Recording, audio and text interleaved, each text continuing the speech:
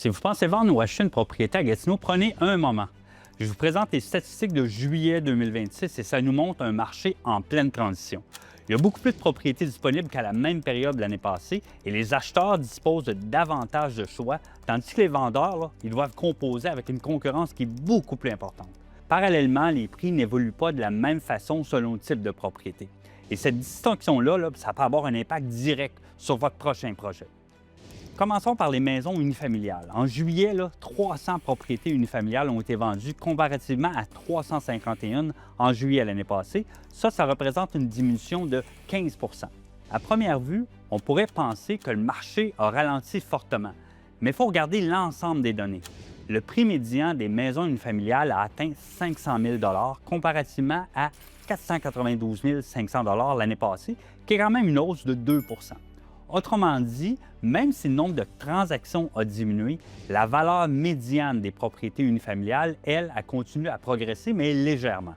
Le changement le plus important se trouve du côté de l'offre globale. Au cours du mois de juillet, 814 nouvelles propriétés résidentielles ont été mises sur le marché comparativement à 682 l'année passée. Ça représente une hausse de 19 %. Donc, au total, il y a 2244 propriétés qui sont en vigueur dans la région métropolitaine de Gatineau, et ça, comparativement à 1560 l'année passée, c'est une augmentation de 44 %. Concrètement, les acheteurs disposent de beaucoup plus de choix. Ils peuvent comparer davantage de propriétés, analyser les prix et prendre un peu plus de temps avant de déposer une promesse d'achat. Du côté des maisons unifamiliales, le délai moyen de vente est d'ailleurs passé de 24 à 30 jours, soit 6 jours de plus que l'année passée. Moi, je vous dirais, mon verdict, qu'est-ce que ça veut dire ces chiffres-là? Mais le marché des maisons unifamiliales demeure relativement solide sur le plan des prix, mais devenu beaucoup plus compétitif pour les vendeurs. Une propriété, on ne peut plus simplement la mettre en ligne en espérant que le marché fasse tout le travail. Elle doit être bien préparée, de manière professionnelle, affichée au bon prix et soutenue particulièrement par une stratégie de mise en marché efficace. Les acheteurs sont présents, mais disposent de plus en plus de choix et peuvent donc être plus sélectifs. Aujourd'hui, la différence entre une propriété qui se vend rapidement et une propriété qui demeure sur le marché repose de plus en plus sur son positionnement. Si on regarde du côté des condos, la situation est totalement différente. En juillet, 59 propriétés ont été vendues comparativement à 74 l'année passée. Ça, c'est une diminution de 20 %. Et le prix médian, lui, se situe maintenant à 289 000 comparativement à 309 000 l'année passée. Donc, c'est une baisse de 6 %. Délai moyen de vente s'est toutefois amélioré, qui est passé de 38 à 32 jours, soit 6 jours de moins que l'année passée. Je vous dirais, la pression est beaucoup plus forte sur les condos. Dans un contexte où le nombre total de propriétés disponibles à Gatineau a augmenté de 44 %, les vendeurs de copropriétés doivent porter une attention particulière à leur positionnement. Les acheteurs disposent de plus d'options et peuvent comparer les unités, les frais de condo, l'état de l'immeuble, le fonds de prévoyance, la localisation et la qualité de la gestion avant de prendre une décision.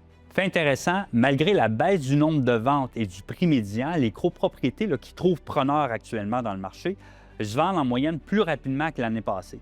Ça démontre que les propriétés bien positionnées continuent de susciter de l'intérêt, mais celles qui sont affichées trop chères ou qui présentent moins d'avantages risquent d'être rapidement écartées par les acheteurs.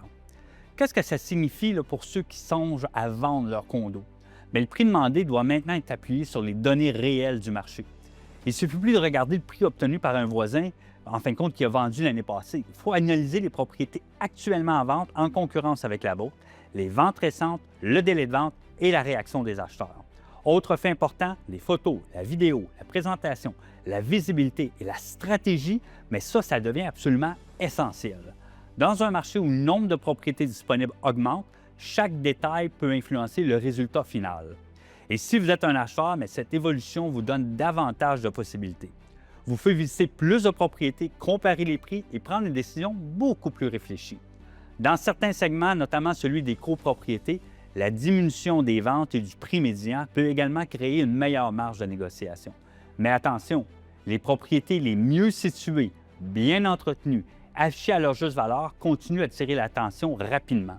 Il est donc important d'être préparé financièrement et de connaître vos critères avant que la bonne occasion se présente. Donc, mon conseil est simple, ne prenez jamais une décision immobilière uniquement à partir d'une statistique générale.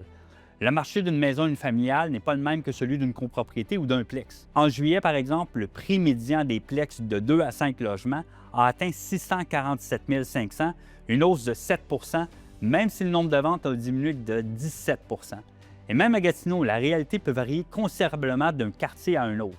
Une propriété à Aylmer, dans le plateau, à Hull ou dans un secteur Gatineau peut obtenir un résultat super différent selon son emplacement, son état, sa gamme de prix et la demande du quartier. C'est pourquoi une analyse personnalisée demeure le meilleur outil pour vendre ou acheter avec confiance. Chez l'équipe Keller Williams, nous suivons continuellement l'évolution du marché immobilier de Gatineau afin de vous offrir des conseils fondés sur les données, mais surtout adaptés à votre situation. En juillet 2026, le marché a enregistré 393 ventes résidentielles. Ça, c'est une diminution de 16 par rapport à l'année passée. Mais ces derniers chiffres généraux se cachent des réalités très différentes selon le type de propriété et de secteur. Si vous souhaitez connaître la valeur actuelle de votre propriété ou obtenir une analyse personnalisée de votre secteur, notre équipe sera heureuse de vous accompagner.